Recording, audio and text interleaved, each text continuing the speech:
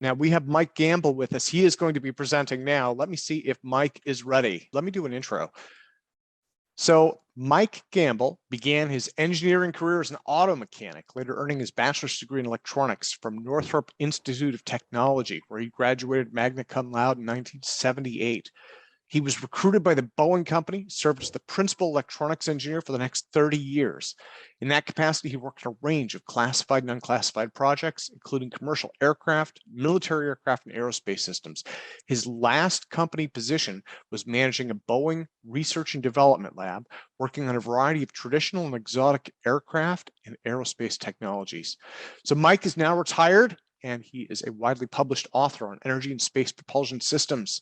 He's pursuing his hands-on love of engineering through select citizen science projects in his home lab.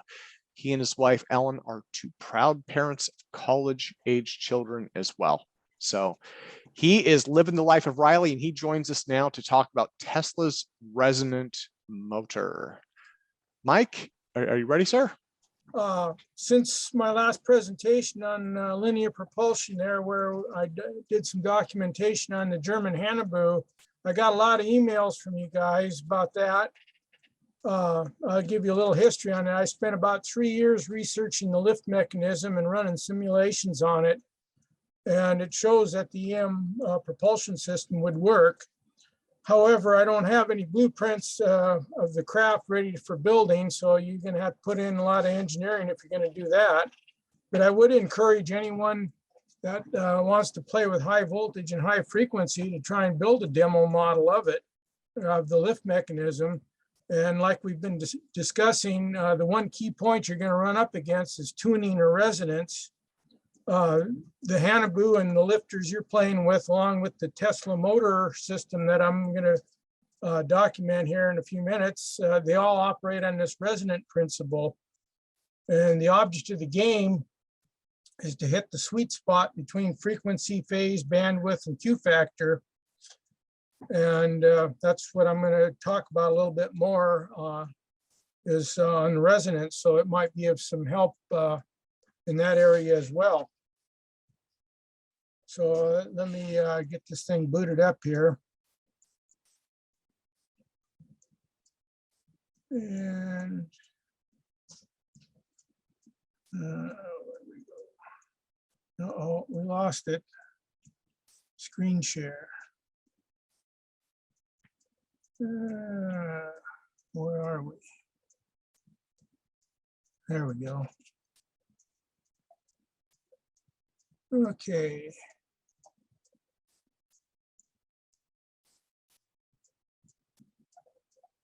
Slideshow from beginning. Can everybody see that? Yeah, it looks great. And so this is not in, let me see, this is not in slideshow mode, right? And I think that's okay. If you do play from beginning, that might solve it. That's it, top left button.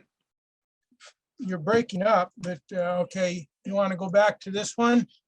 Oh no, there should be a button if you click play from beginning. That's what I did. I had it's in slideshow mode, and right there is from the start. Do you have do you have multiple monitors, Mike?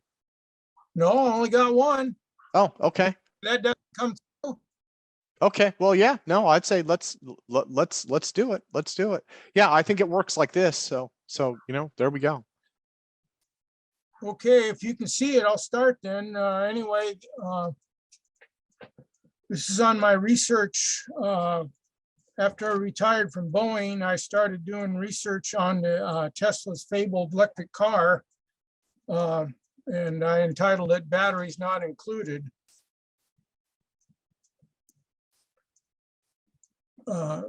Anyway, this presentation, it's basically standard reverse engineering. You know, I don't do anything funny or just standard procedures. Basically, it's in 3 parts. The first presentation is a background material on radio systems. The second is on reverse engineering of Tesla's car motor. And the third is building a demo model based on the results of that. It's a little bit long. It's about 100 charts. Hopefully I won't bore you with all the details. I kind of get into the details being an engineer. Start with basic radio. This tutorial here is a few charts on background material for understanding electrical systems and resonance. Basic radio, you have three parts. First, you got the transmitter, which is a wave generator or source. And the second, you got the transmission media, which is your wave conductor. And third is the receiver, which is the wave producer or sink. And engineering definition is if the receiver is working correctly, it gives a good reproduction of the transmitter signal. However, most people just turn the radio on, the rest is all black magic. We'll start with the transmission media here. Over time, this has been called various names. Around here, most of you guys use the term ether. It also has gone by essence, space, cosmic carrier field, electromagnetics, or if you want to go over the religious side, the heavens or the water. However, they all point to pretty much the same thing. Digging a little deeper into it, it's pretty much a lossless elastic medium of infinite strength through which both matter and energy can pass. It has both scientific and religious aspects, and only some of the properties are measurable. In this case, you got the permittivity, permeability, and resistivity that are documented. Moving on to the radio receiver. It's the most basic circuit here. It's crystal radio, and got its name from the germanium crystals that they used to use for the detector. However, nowadays you can build it with silicon diodes. I used to build lots of these when I was a kid. But it's got basically four parts. You have the antenna part, the tuner, which is the resonant circuit, the detector, and the output, in this case, is the headphones. Normal radio design adds a couple more sections there. You have an intermediate amplifier and an audio amplifier. And that makes a transistor radio, which has enough power to run a speaker instead of headphones. But the interesting part here is a MATLAB Bode plot of the resonant circuit gain and phase. This is what you're going to be dealing with. It doesn't matter what type of system you're doing is on the resonance. The sharper the point, the narrower the bandwidth, and it's easier to miss. However, you get higher gain. And the other system is your phase crossovers occur right at the maximum for both the voltage and the current. And that is a very tight resonant point. I'm going to show you a few other charts where it's a little more sloppy. This particular one is the center of the AM radio band. And the inductor is 4 microhenries, and the capacitor is 6.3 nanofarads. Input current is 100 microamps, and the resonant voltage is 40 millivolts, and the resonant current is 2 milliamps. So the Q factor is the resonant current divided by the input current. So this system has a gain of about 20, which is a very high Q system. Getting back to Tesla's work there now, he didn't go in that direction. Basically, he only used the tuner and the antenna. He gets rid of the detector and the output stages and swaps out an inductor with an electric motor rather than a fixed inductor. And then he reduced the operating frequency down to, from radios with about megahertz down to power frequency, which is 60 hertz. And then he increased the power levels from milliwatts to kilowatts. And this chart shows his basic resonant patent way back in 1901. And the first cut shows the motor and the capacitor. It's similar. However, there's some differences. In the patent, he uses the old terminology condenser rather than capacitor. He uses mica for the high stable dielectric. Polypropylene works much better nowadays. And we may need a transformer for impedance matching in the middle of it. That's to be determined yet. And he used a mechanical device to do the chopping. of the circuit. He called it an interrupter or switch. I'd use a PWM chopper circuit, which is all electronic, does the same thing. And in the next process, we'll take a look at resonant tank circuits on basically how they work for resonance. This is electrical schematics. You have an inductor which has a series resistance and it's shunted by a capacitor. Now the input current just goes straight through the inductor and that starts the resonant system. The resonant current only goes back and forth in this loop. So you have to have a little bit of input current to start the resonance. Now the resonance is the main current. The Q factor determines the ratio between the two. So you want a small input current and a very large resonant current to make the system work. The math equations are over here. You have the resonant voltage divided by the capacitor impedance equals the current. And in the inductor, the difference between the input current and the resonant current divided by the impedance of the inductor. And then I use S-plane for the Bode plots and all that, which is equal to the omega frequency, which is 2 times pi times frequency. And from that, you get the 2 equations. And then next chart, where'd we go? Yeah, there it is. You can. So Mike, I'm sorry for interrupting. You're still stuck on the slideshow. You maybe did you share a window? Maybe you shared the wrong window. It looks like it's still stuck on slide number 1. Uh-oh, I wish you would have told me that sooner. Hang on. I'm sorry, sir. I didn't get, somebody mentioned it in chat. There we go. Okay, Now well, we'll go down the list this way then. If it looks like we're not working on the slideshow mode. Okay, that's the problem. Yeah. Okay, let me see if I can make this a little bit bigger. And we'll just go.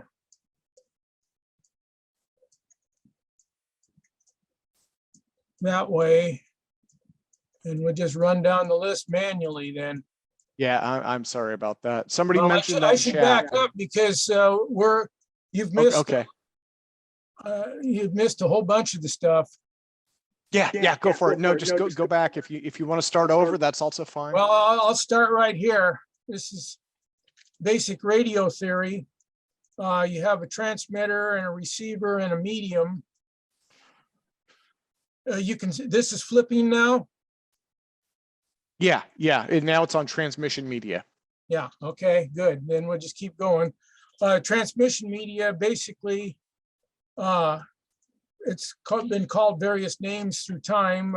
Ether is what you guys use most of it. It's also gone by essence, space, cosmic carrier field, electromagnetics are over on the religious side. The heavens are the water. Digging into it a little bit, it's a lossless elastic media of infinite field strength through which both matter and energy can pass. It has both scientific and religious aspects, and only part of its properties are measurable. In particular, the permittivity, the permeability, and the resistivity. And then we'll go to radio receivers here, starting with a crystal radio. And the 4 basic parts, you have your antenna, the tuner, the detector, and the output. Let's see, where are we here? I got to manually advance this. Okay. There we go. And then to get a regular radio, they add a couple more stages, intermediate frequency booster and an audio frequency booster, and you get a regular radio and it runs a speaker instead of the headphones.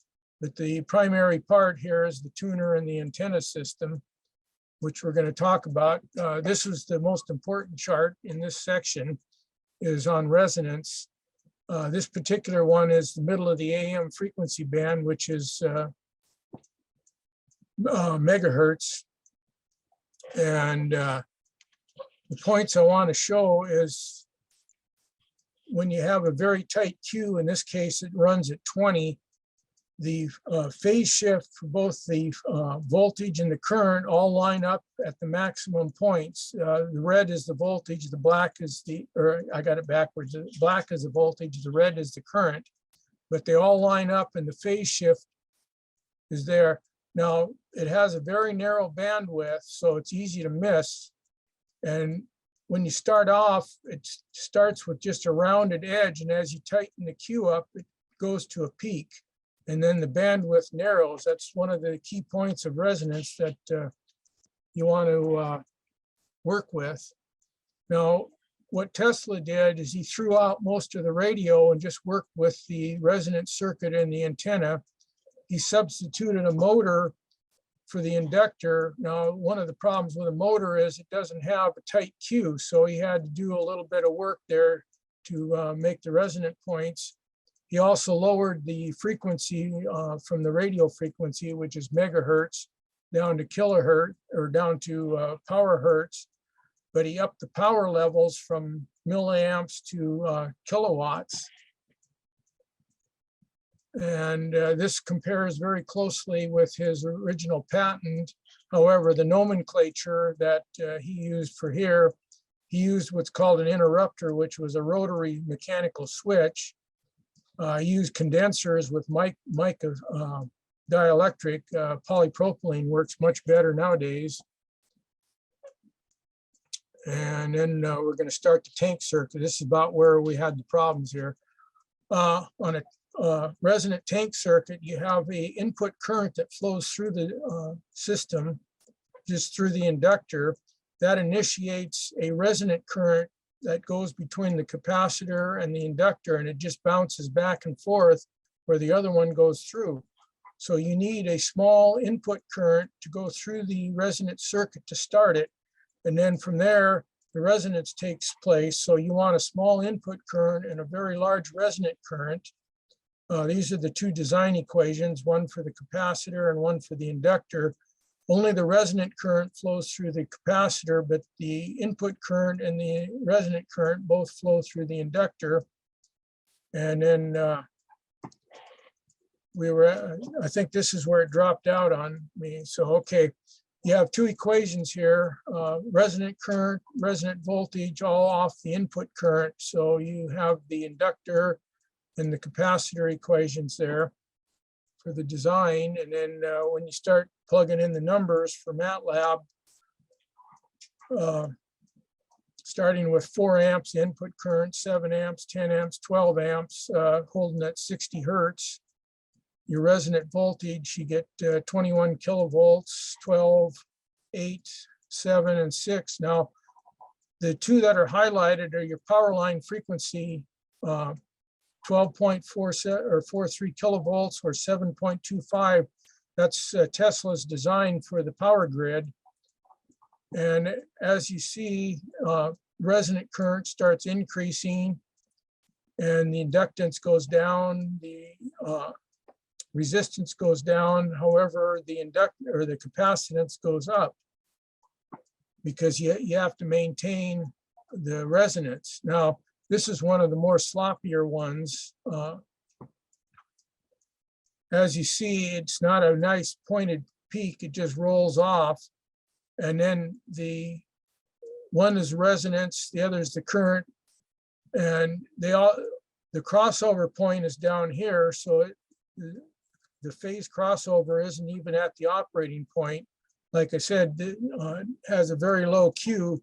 So it's what I would call sloppy. Okay, taking the same numbers and running them in the Simulink, that's another one of the engineering tools. I use MATLAB and Simulink a lot to test out my working models. When you put those in there, you put in 12 amps, 60 hertz, and you get the 10 kilovolts out at the 15 amps.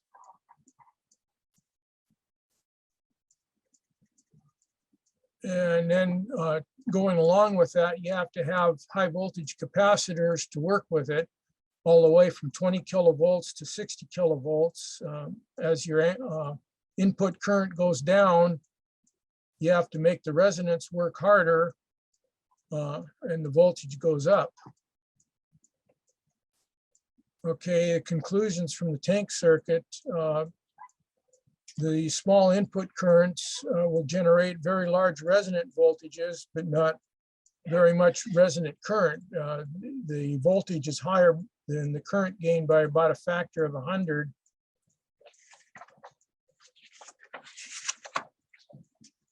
And the resonant frequency,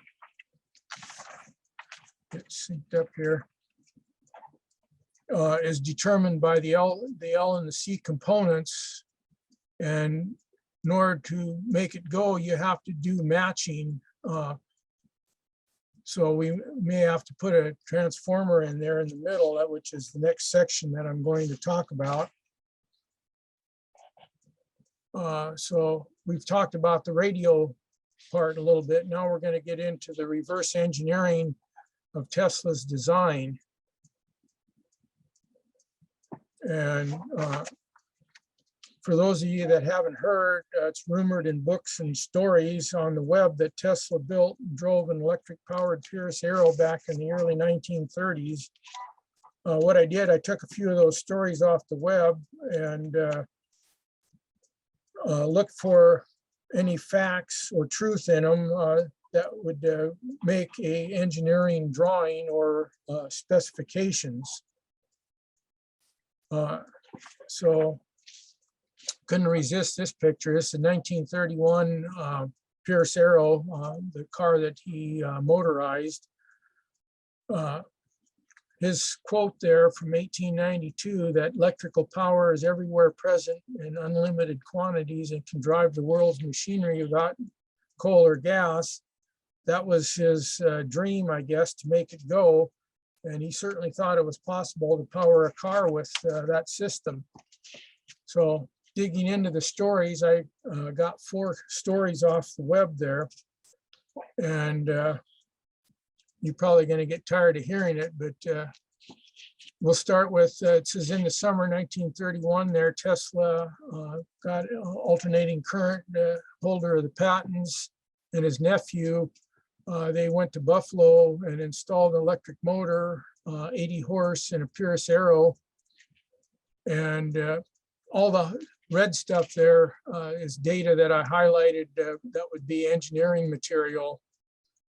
And so they had a black box, 24 inches by 12 by 6, and had a 1.8 meter antenna, a couple of metal rods, and a dozen vacuum tubes in it that he used. And it ran a motor 40 inches long, 30 inches diameter. And the story goes that Tesla inserted the metal rods and announced we have power, and then proceeded to drive the car.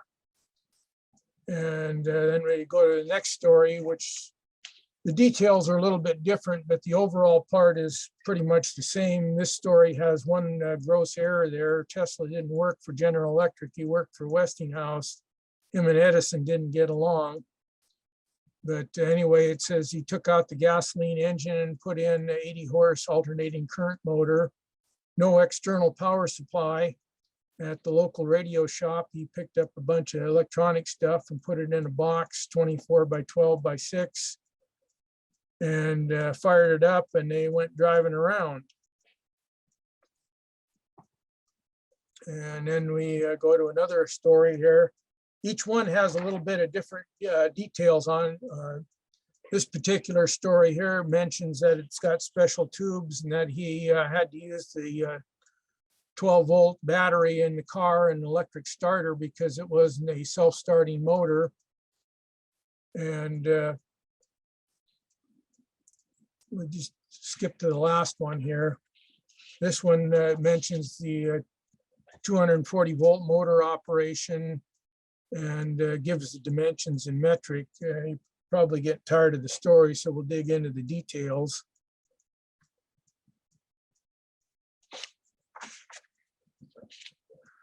Let's see here. I lost the cue. Went too far. Let's see, 31. I'm down at 40 here. Let's back up. There we go. Okay, so taking the highlighted data from those 4 stories and trying to piece together some engineering specifications from them. This is what I come up with. 80 horsepower AC induction motor. That translates to about 59.7 kilowatts or 74.6 VARs. 1800 RPM at 60 hertz is a 4-pole motor. It says it was fan cooled, external sealed housing, and it only had 2 leads coming out of it, so that'd be single phase. What it doesn't say or didn't come out is it's either high voltage or high current for those heavy wires. It did say it wasn't self-starting, so he only had the run coil, which is what he resonated. Problem is, if he had the start coil, the minute the start coil would kick in, it'd throw it out of resonance, so it wouldn't run anyway. One of the big unknowns is the power factor on the motor. Now, going to more modern data, power factor varies from about 0.75 to 0.8, so I picked the middle of the road, about 0.8. If he's running at 240 volts, he's going to be pulling 310 amps, which is pretty thirsty. If that voltage went up to 480, he'd be down to half of that, about 155 amps. Now, the dimensions of the motor as listed was 1 meter or about 40 inches and 65 centimeters or 25.5 inches in diameter. Plugging these into the electric motor equations, to get the running resistance, you get the voltage times the power factor divided by the current, you get 0.6178 ohms. Inductance is a little bit different. You get the voltage times the sine of the angle divided by the omega frequency divided by the amps. You get 1,229 millihenries. Horsepower comes out to be volts times amps times power factor divided by 746, which is 79.9. And RPM at 60 hertz and 2-pole pairs is 1800.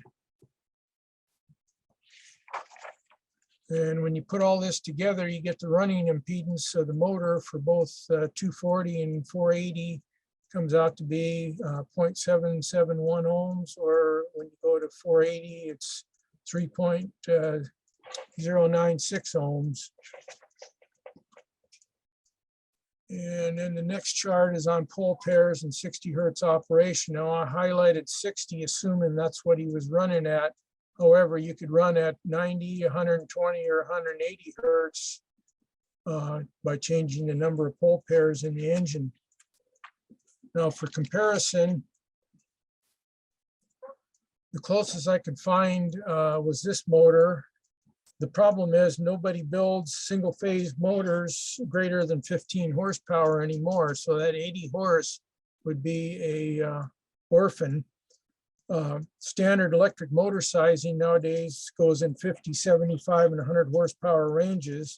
So the closest one is this 75 horsepower, 3-phase, 1800 RPM fan cooled ball door motor. And the nameplate says power factor is 0.87, it's 3-phase, runs at 230 at 169 amps and 460 at 84.9 amps, which of course is much lower current than single phase. However, it gets you on weight. The weight is 907 pounds, which is about twice the weight of a gas engine. Looking at the mechanical specifications, it's 27.6 inches long and 19.1 inches in diameter. Comparing that to Tesla's motor of 40 inches and 25 diameter. The diameter is close, but it's about a foot shorter. So the differences on that might be older technology, or you might have included the transformer down in the motor housing. We're left with 3 unknowns here, which is the input frequency, the operating frequency, and the power factor. None of those stories mentioned anything about that. So there's a few unknowns you got to fill in, but we keep going on the design. Now take a little detour here on impedance matching. Like I was saying, there's a possibility we got to throw a transformer in there. Dealing with standard utility transformers, like I said, 7.25 and 12.47 kV are standard power grid frequencies, which is also Tesla's design. And these were all built by Westinghouse. They're 240 volt center tap transformers from 5 kVA to 100 kVA. So that would be no problem for him to pick one right off the shelf. Doing a little detail on the design on transformers. Your output voltage is a function of the input voltage divided by the turns ratio. And the current is just the opposite. The output current is increased by the turns ratio. And then the output impedance is the input impedance divided by the square of the turns ratio. So depending on what your input and output impedances are, you can balance those with a transformer. Digging down into some of the details. Now this is looking at from the low power side, the 725, 310 amps on the output and 10 amps on the input at 240. Calculations show 2975. The brand name or selling point is 30 to 1. And for 480, it's 15 to 1. And the calculations come out pretty close to that. And in doing the comparison between the numbers here, if you calculate the numbers, 7.25 kilovolts, 30 ratio, it's 238, which is close enough to 240 to run. For the current, 313, 311. Now it misses it a little bit on the impedance. This comes out at 0.98, and the other one is 0.77.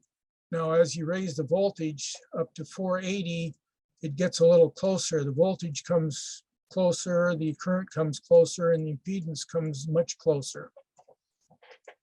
So either one of them is close enough to run, so the system would still work. Now, loading this up into MATLAB and running a Bode plot on it, as you see, it's not a very tight queue. It's very wide bandwidth, and it doesn't line up very good.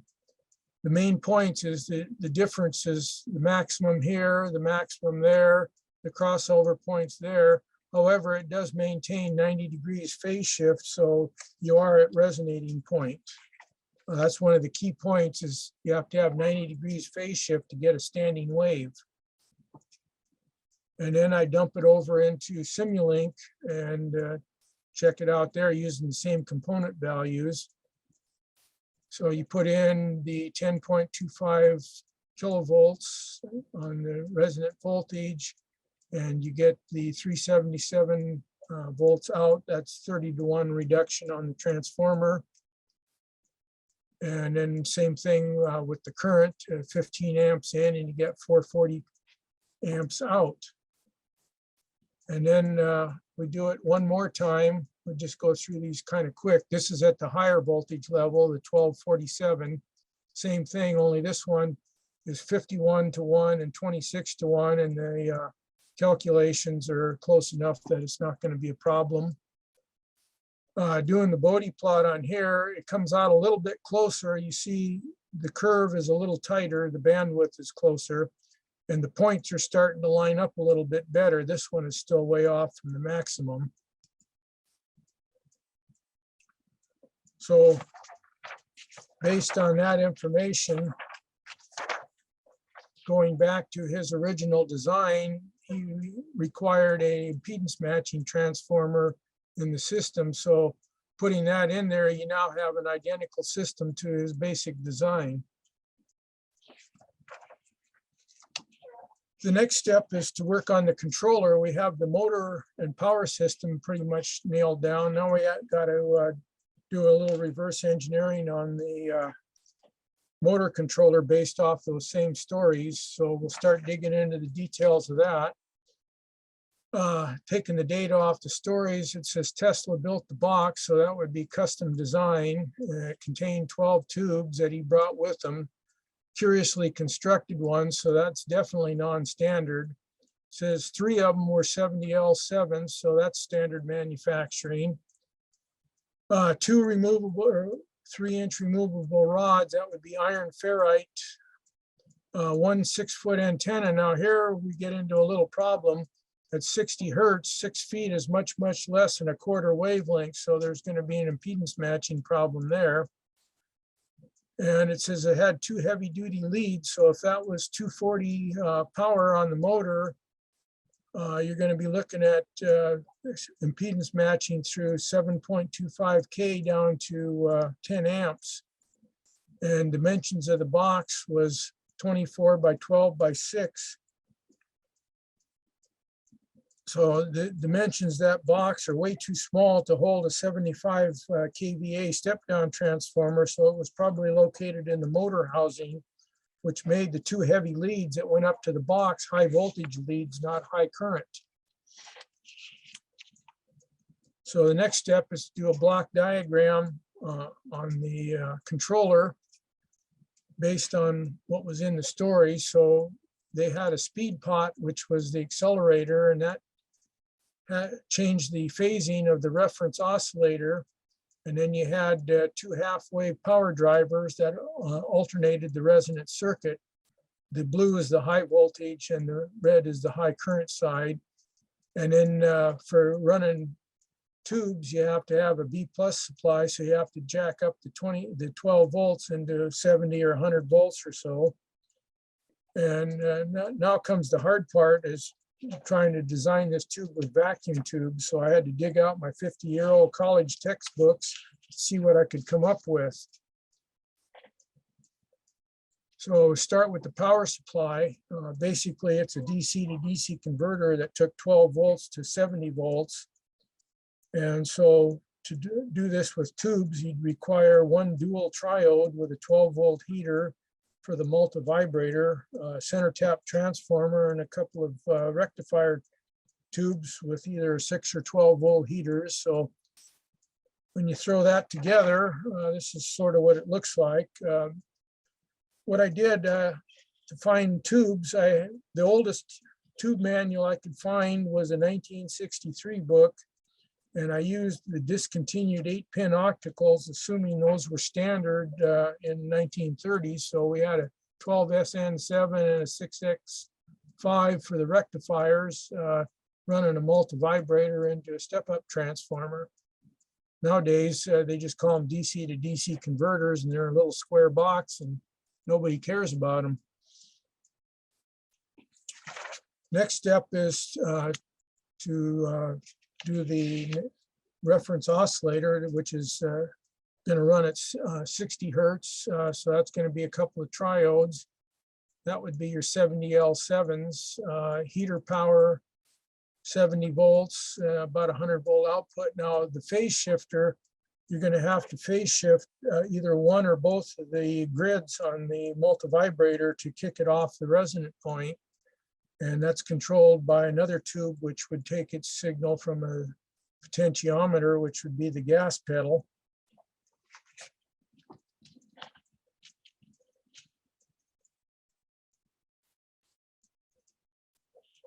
And then when you get to the power driver section, you're going to have 2 half-wave power drivers, which take 12 amps in from the battery and jack that up to the high voltage.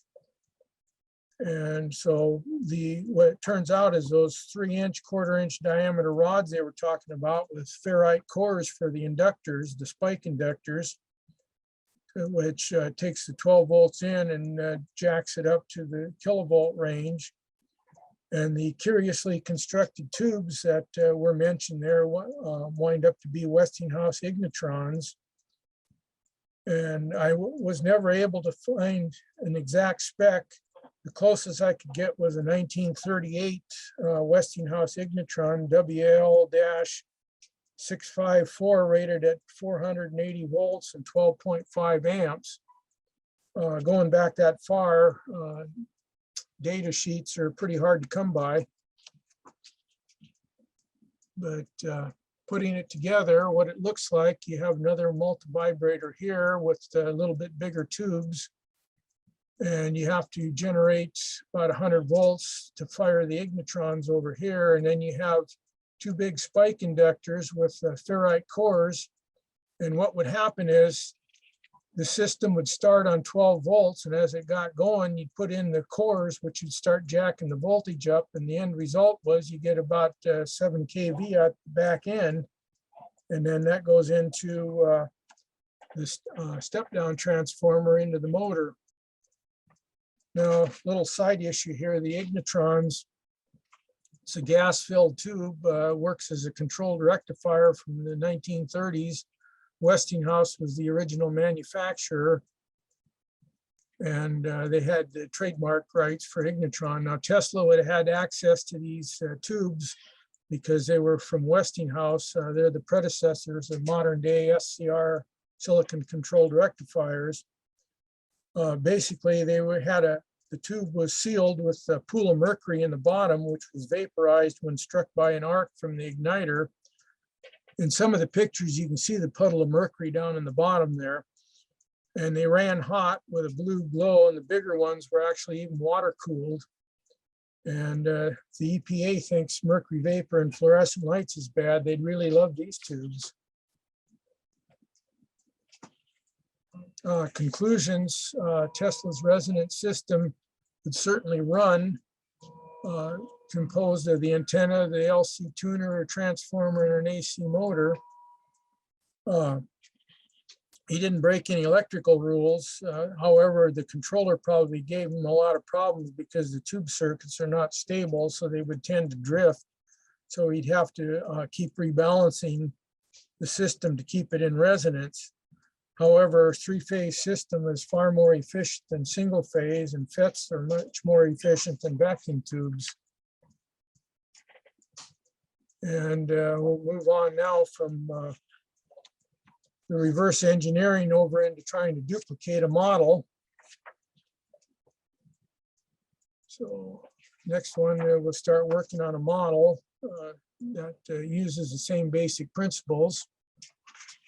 The first thing we do is we scale down his 80 horse motor to a 1/22 horsepower motor.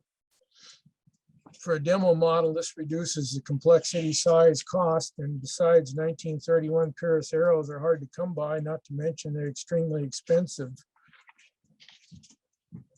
So what we come up with is a little fractional horsepower AC shaded pole induction motor, and the second detail there shows the shading coils. Basically, they're short circuits, and that off balances the field, so it's self-starting.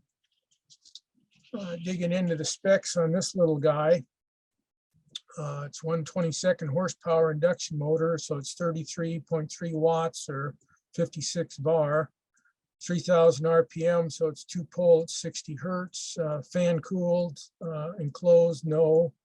Two leads, so it's single phase, self-starting because of the shaded poles. However, it suffers from a low power factor because of the shaded pole starting system. It's down to 0.59, 115 volts at 0.488 amps. And then we basically do the same thing, run through the electric motor equations. You take the 115 volts, power factor divided by the power gives you the resistance, and the phase angle, and the omega gives you the millihenries of the inductance. Horsepower is 1/122.3, number of poles. Pole pairs is 1, so it should run at 3,600, but because it's only running at 3,000, there's high slippage because of the low power factor.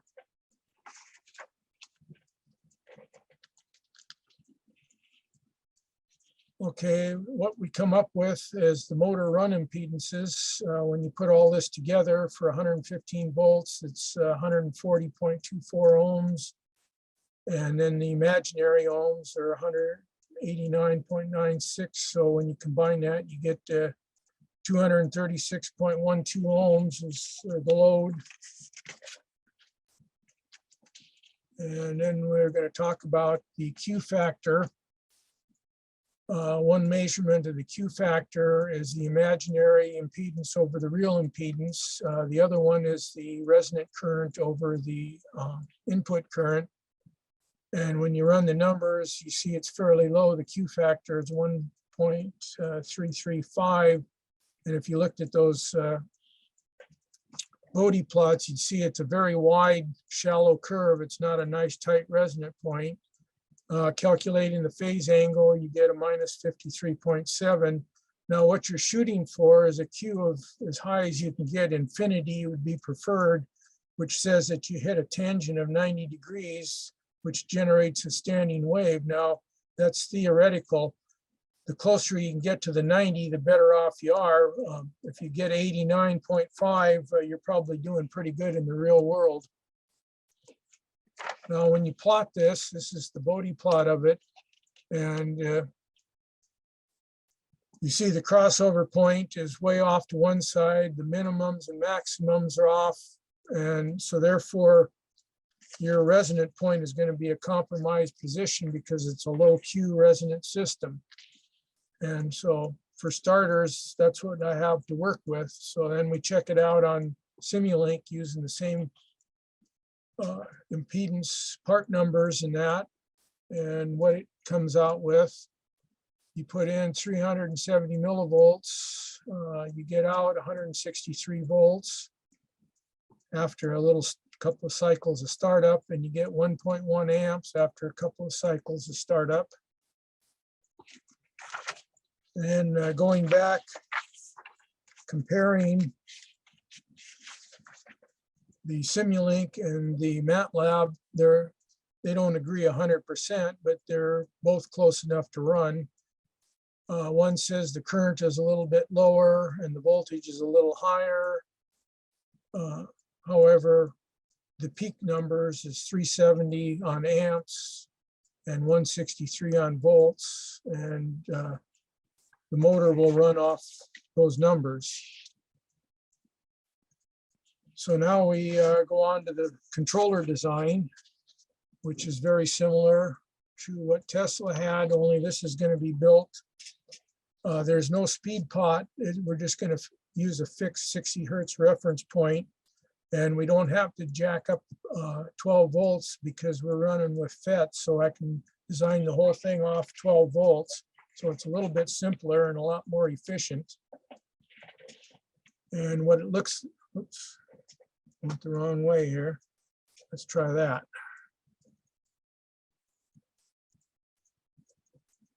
Okay, this is the schematics of that. We bring in the 12 volts, do a little bit of power filtering. We run it down to an op-amp oscillator, runs into a FET driver, 2 power FETs that alternately fire through a transformer. You have your capacitor here, your resonant motor here, and your antenna system right there. And then we feed back the voltage through a system here to shut down the chopper if it starts getting higher than 115 volts. And we move on to the resonant antenna system and digging into the engineering details on a quarter wave vertical whip antenna. Normally, you have a quarter wavelength. So if that quarter wavelength is 6 feet, you're going to be running at 41 megahertz. Now, excuse me, at 60 hertz, a quarter wave antenna would be 776 miles tall.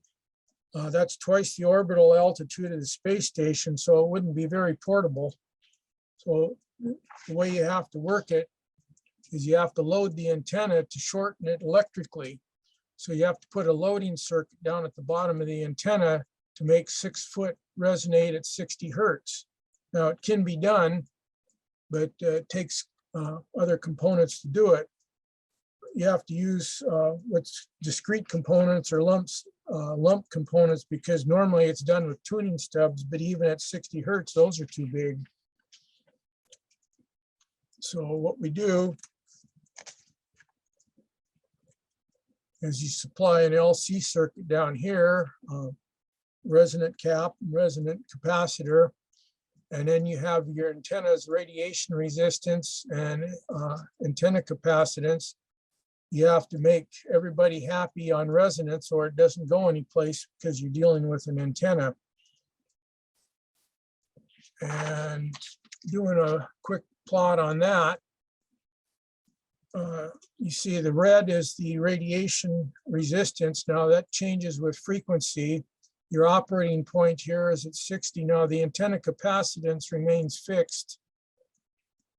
And so you have your loading components. The dimensions on the antenna are 6 foot by 1/8 inch diameter. And your loading values, the capacitor is 13.96 microfarad. And your inductance is 503.9 millihenries. And it looks like it'll balance that at the 60 hertz point. Now for the fun part here, where you actually build it and take the data, that's the part I like. So in putting this together, these are a couple of pictures showing the working model. The box itself is just a little simple thing. Okay, you got a 6 foot antenna here, you got a power supply, the fan running there, and the scope showing pictures. And then we'll zoom in on that. The operating frequency is a cross between a square wave and a sine wave, so it's a little bit peaked square wave like that. We're running 12 volts at 3.6 amps from the DC power supply. It goes into the inverter converter box, comes out as AC, and then the fan you can see is running there.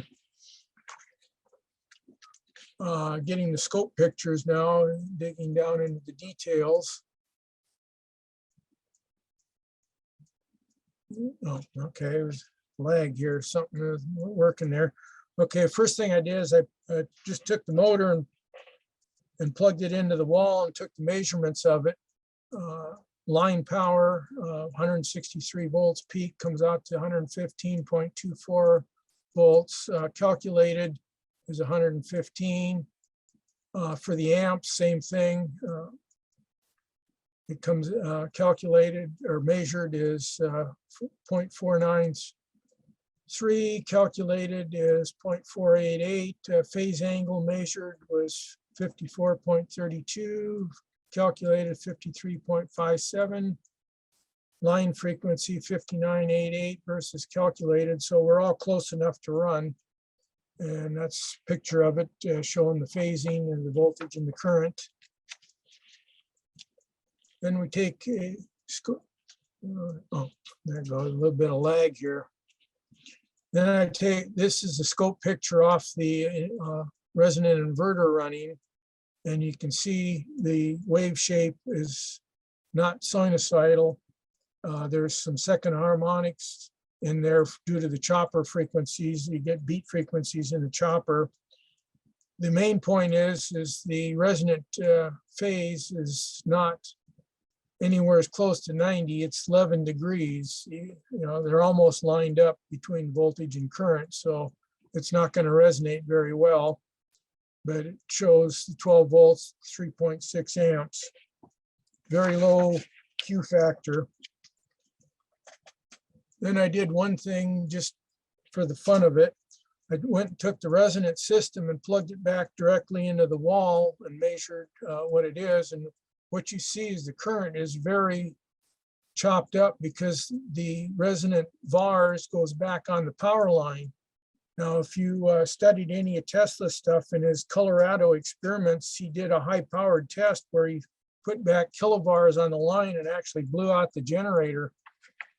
And I just did that to see what it looked like electrically, having standing waves on the line, and it doesn't like it. Now we'll talk a little bit more about the Q factor. This is the secret ingredient, if you will, to making these systems work. Now, the calculated Q factor for this system is 1.355. The calculated one is the imaginary impedance over the real impedance. The measured is the resonant current over the input current, and they track fairly close, but they're not identical. So for the real system, it's highlighted in red, and then I did simulation for increasing the Q factor from 3 to 5 to 7 to 10. And as you see, the phase shift is getting closer and closer to 90, which is what you want. The power factor goes down, the resistance goes down, the inductance actually goes up just a little bit, not much, it changes some. And then back to the plot here. And you see that nothing lines up very good. It's all spread around so that the Q factor is fairly low. And resonance, when you run the thing, the resonance is only supplying 30% of the power, which is 180 mils, versus the total load of 487. So it's still 2/3 on power line and not resonance power. So then I took and done some simulation. This one jacks up the Q factor to 5, and you start to see things line up. The crossover point and the maximum and minimums are all starting to line up. And at this point, the resonance is supplying 80% of the motor power, or 390 milliamps, versus the total power of 487. So to make this thing even run, you're going to minimum, I would say, is a Q of 5. Now, then I took it up to 10, where now this one, everything lines up real nice. You got your crossovers. Impedance goes almost to 0, crossover exactly at the operating frequencies.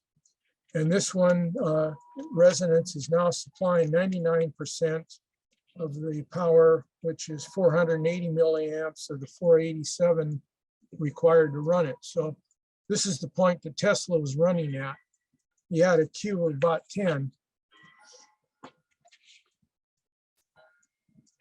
And then we'll talk about the conclusions here of all my testing and building. The antenna was not working very well because it's way low frequency. So we're going to have to top load it with some capacitance or increase the resonant frequency on the antenna. If we went to a higher frequency up in, say, 20 kilohertz to 100 kilohertz, and then use beat frequencies to PWM it back down to 60, the antenna would work much better. You could use smaller components and you'd probably get the higher Q factor because you have to hit this, what's called self-resonance, if you want it to work.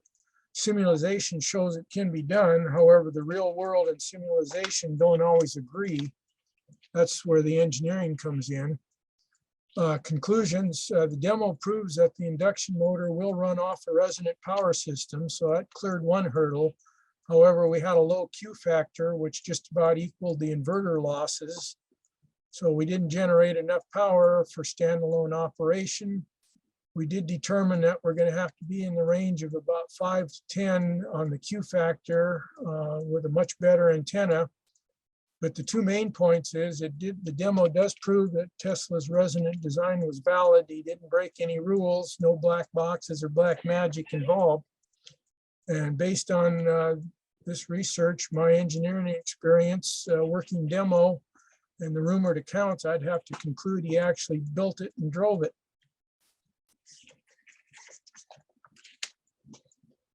And then this leaves one open item that I will close with, call it the $64,000 question: who's transmitting? As there's no such thing as a free lunch in engineering, that resonant power has to come from somewhere.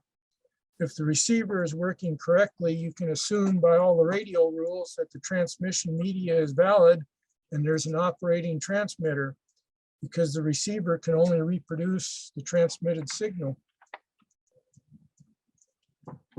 Old engineering saying, the devil's in the details. Hope I haven't bored you with too many of them. If there's any questions, we'll try and answer them as soon as I figure out how to get this thing. Wonderful. Okay, no, I got it, Mike. I lost my mouse too. So, hey, let's do this. Let me, oh, you went to screen sharing. Okay, look at that. Yeah, I had to put my sweater on. I'm freezing. that time of year. So first things first, everybody, let's put this in gallery mode. Let's give a big hand for Mike Gamble.